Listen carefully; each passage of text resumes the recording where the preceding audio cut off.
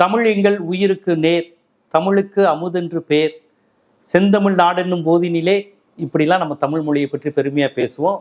தமிழ்நாடு அப்படின்னு இருக்கிற ஒரே மாநிலம் தமிழ்நாடு மட்டும்தான். அந்த தமிழ்நாடுன்னு இருக்கு ஒரு மாநிலத்தின் பேர் இப்படி இருக்கலாமாங்கிறது தான் பலருடைய கண்ணை உறுத்திக்கிட்டு இருக்கிறது. ஏன்னு கேட்டிங்கன்னா, இங்கு இஸ்லாமிய எதிர்ப்பை தேசியத்தின் அடையாளமாக கொண்டு வர முடியாது. இந்தியா முழுக்க இஸ்லாமிய வெறுப்பை விதைச்சு அதை தேசப்பற்றா கொண்டு வரக்கூடிய வேலையை பாஜக ஆர்எஸ்எஸ் பல நூற்றாண்டு 100 வருஷத்துக்கு மேலே செஞ்சுக்கிட்டு இருக்கிறாங்க. தமிழ்நாட்டில் மட்டும் அது நடக்காது. இங்க தேசிய கீதமே கூட ஆளுநருக்கு உரிமையா முதலமைச்சருக்கு உரிமையான்னு பேசுனது. இங்க கொடியேற்றுற உரிமை கூட ஆளுநருக்கு உரிமையா முதலமைச்சருக்கு உரிமையான்னு பேசுனது. தேசிய கொடிக்கு இணையா மாநில கொடி வேணும்னு இந்திரா காங்கிரஸ்கிட்டே கலைஞர் அவர்கள் கோரிக்கை வச்சாங்க. இன்னைக்கு கர்நாடகாவில் அந்த தனி கொடியே இருக்கு. அப்ப நம்ம மாநிலத்துக்கென்று தனி கொடி, நம்ம மாநிலத்திற்கென்று நம்ம பாட்டு, தேசிய நம்ம மாநில கீதம் இருக்கு, நம்ம தமிழ்தாய் வாழ்த்து.